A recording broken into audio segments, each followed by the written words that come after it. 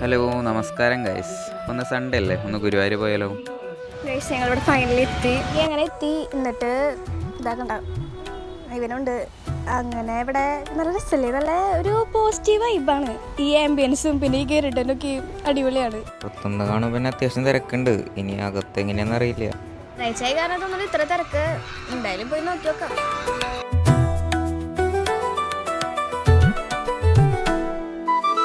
വാങ്ങിക്കാന്ന് വിചാരിച്ചു, പക്ഷേ മുല്ലപ്പൂന് നല്ല റേറ്റാ തോന്നുന്നു. അത് കാരണം തുളസി അരളിയുള്ള മാല വാങ്ങിച്ച്. അങ്ങനെ ഗൈസ് ഞങ്ങളിവിടെ എത്തി. പറഞ്ഞ പോലെ തന്നെ ഉള്ളിൽ നല്ല തിരക്കുണ്ട്.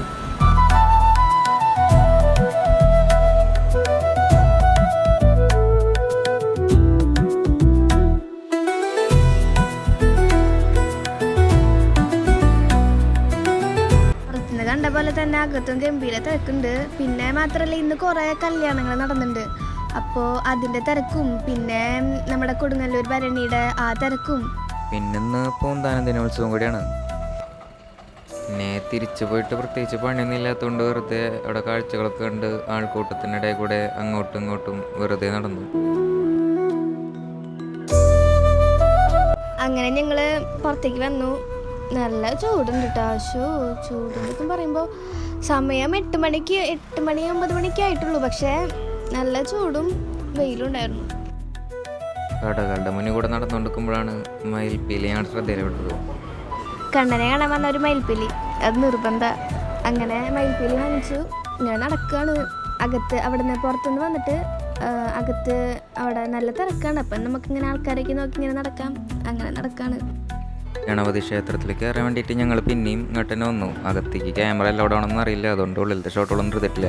ഇനി ലേശം സ്ലോ മോഷൻ കാണാം.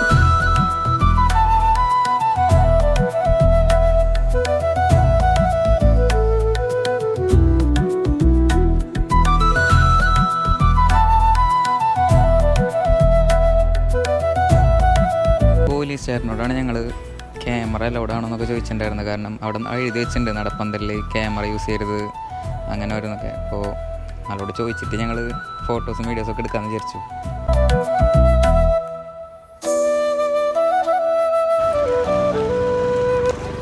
ഞങ്ങൾ ഇവിടുന്ന് ഇറങ്ങി. നല്ല തിരക്കുണ്ടായിരുന്നു, വെയിലുണ്ട്, കുഴപ്പമില്ലായിരുന്നു. അല്ല നിനക്ക് എന്തെങ്കിലും പറയണ്ട? പ്രത്യേകിച്ചൊന്നും പറയാനില്ല, ചൂടെടുത്തിട്ട്. അപ്പോൾ ഞങ്ങൾ ഇന്നത്തെ അമ്പലത്തിപ്പൊക്കെ കഴിഞ്ഞ് വീട്ടിൽ പോവാണ്.